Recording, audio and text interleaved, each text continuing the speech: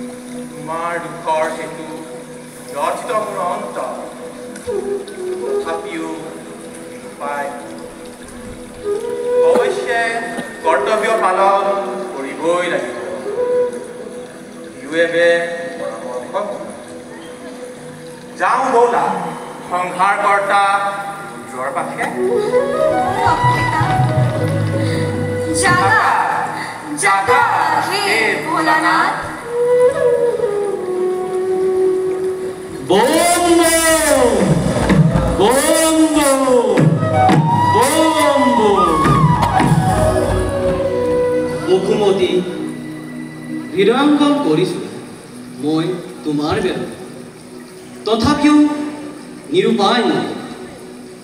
যাও বলা ক্ষীৰ সমুদ্ৰৰ তীৰে নিবেদন কৰোঁগৈ তোমাৰ দুখৰ কথা নাৰায়ণৰ পদপংকজ। চোৱা চোৱা সৌ ক্ষীৰ সমুদ্ৰৰ মাজত অনন্ত শয্যা স্বয়ং অনন্ত শক্তি বিৰাজমান। আহা আমি সকলোৱে মিলি পৰম ব্ৰহ্মক আৰাধনা কৰি এই সংকটৰ পৰা পৰিত্ৰাণৰ উপায় বিচাৰোঁ। হে অনন্ত উচ্চুত পৰম ব্ৰহ্ম সৰ্বদ্ৰষ্টা পিতা আছে এটি নিবেদন আমাৰ সৰু পাপৰ ঘৰত বসুমতী যাব খোজে মহাৰথা তলে তুমি বিনে নাই কেও পাই ৰক্ষা কৰা হে নাৰায়ণ অধৰ্মক নাশ কৰি পুনৰ স্থাপন কৰা বসুমতী তোমাৰ।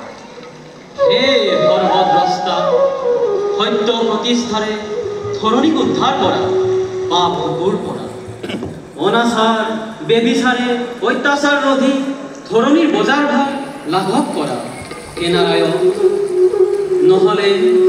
নহলে ধৰি এই ৰুদ্ৰ ৰূপ অগ্নি চতুৰ্দিশে তাণ্ডৱ নৃত্যময় কৰিম আৰম্ভ সংসাৰিম জীৱজগত মানে সংসাৰিম তৰু তৃণ পৰ্বত সমুদ্ৰ আছে যত মানে সেয়েহে কৰোঁ হেতু আবাহন জাগা জাগা নাৰায়ণ জাগা, ৰক্ষা কৰা ধৰণী তোমাৰ।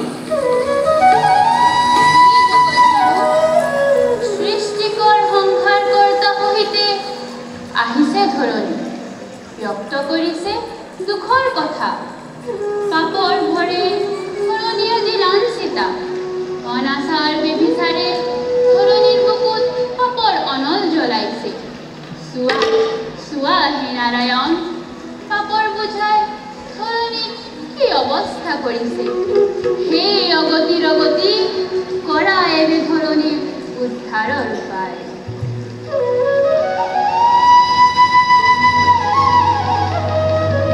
সৃষ্টিকৰ আৰু সংহাৰ কৰ্তা ধৰণীৰ দুখৰ কথা মই বুজিব পাৰিছোঁ। তথাপিতো অপেক্ষা কৰিব লগা হ'ল সময়ৰ বাবে। বৰ্তমান সময় সমাগত। ধৰিত্ৰী, চিন্তাৰ কোনো কাৰণ নাই। অনতি বিলম্বে তোমাৰ দুখৰ ভাৰ পাতলাই পুনৰ তোমাৰ পক্ষত সত্য আৰু ধৰ্মক স্থাপন কৰিম। এই কাৰ্যত সহায় কৰিবৰ কাৰণে মোক প্ৰয়োজন মায়া আৰু নাৰদৰ।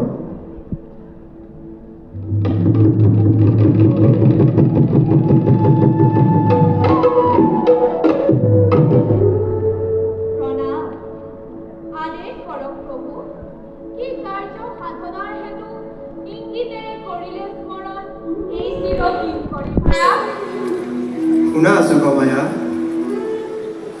পাপৰ বোজা বব নোৱাৰি ধৰণীৰ মহা আৰোগ্য তোলে।